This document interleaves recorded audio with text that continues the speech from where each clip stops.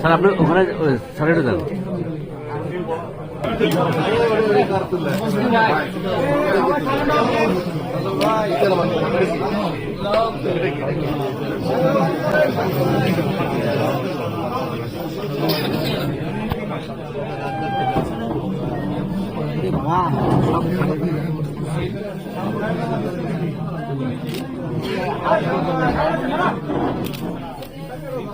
সব কত মাসে হাত ধরেছে এটি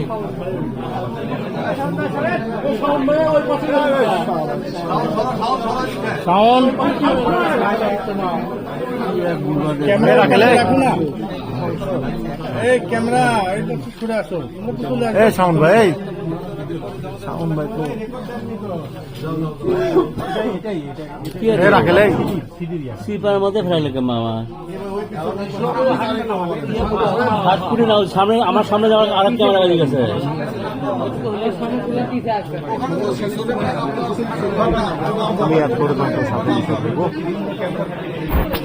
আপনার নাম লিখবো আপনি নিচ্ছেন পক্ষে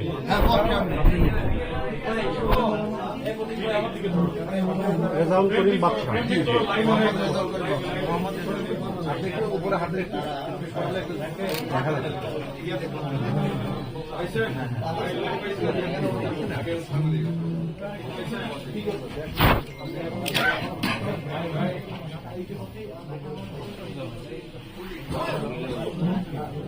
আপনি এনআইডি নাম্বার আছে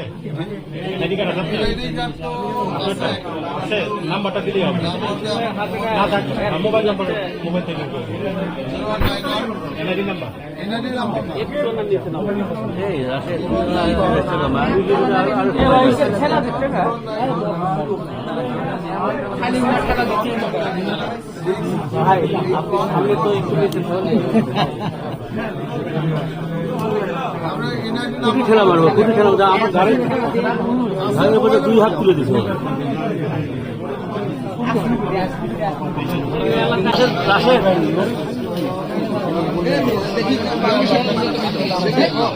সামনে মানুষ আছে দেখি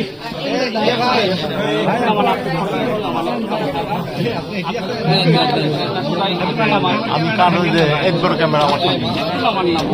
আমি কেমনে নাম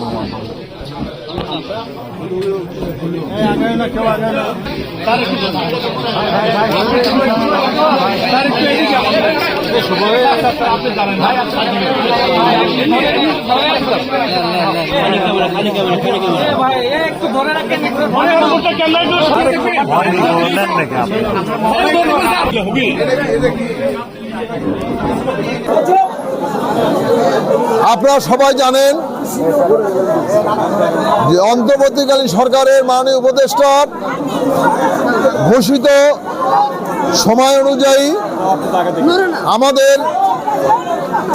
বাংলাদেশের নির্বাচন কমিশন আগামী ফেব্রুয়ারি মাসের 12 তারিখ নির্বাচনের তফসিল ঘোষণা করেছেন। সেই তফসিল অনুযায়ী আমরা বগুড়া জেলা বিএনপি এবং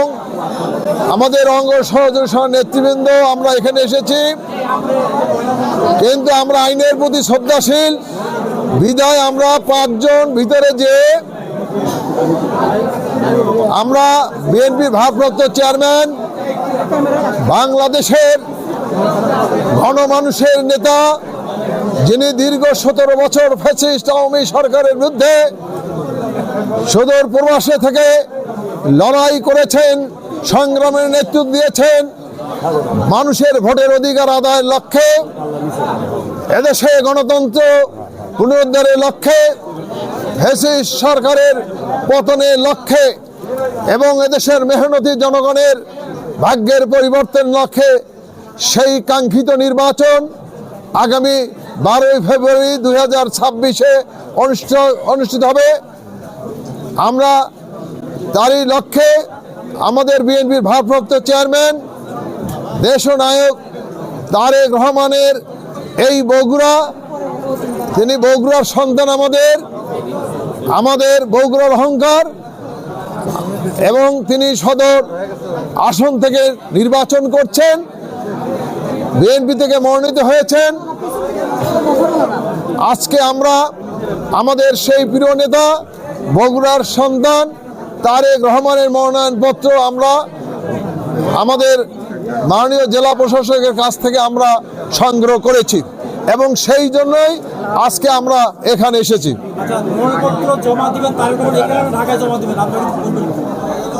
আমরা আশা করি বিগত দিনে আমাদের দেশনেত্রী বেগম খালেদা জিয়া বগুড়া 6 এবং 7 থেকে সবসময় নির্বাচন করতেন এবং বগুড়াতেই